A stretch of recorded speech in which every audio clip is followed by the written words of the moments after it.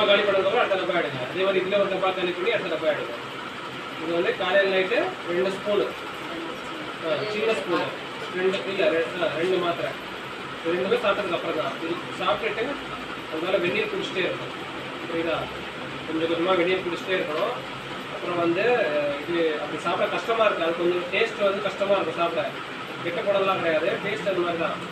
அதனால அது நெய் அது. அதனால என்னென்னா அது கொஞ்சம் கஷ்டமாக இருந்தால் வெந்நீரில் கலக்கி சாப்பிடணும். சரியா? இப்போ 1 மாதத்துக்கு இந்த மாதிரி இன்னும் 2 மாதம் கொடுத்துருக்காங்க. அதுக்கப்புறம் வந்து நம்ம பிளட் செக்அப் பண்ணணும். காலையில் நைட்டு 2 மாத்திரை சாப்பிட்டதுக்கு அப்புறம்.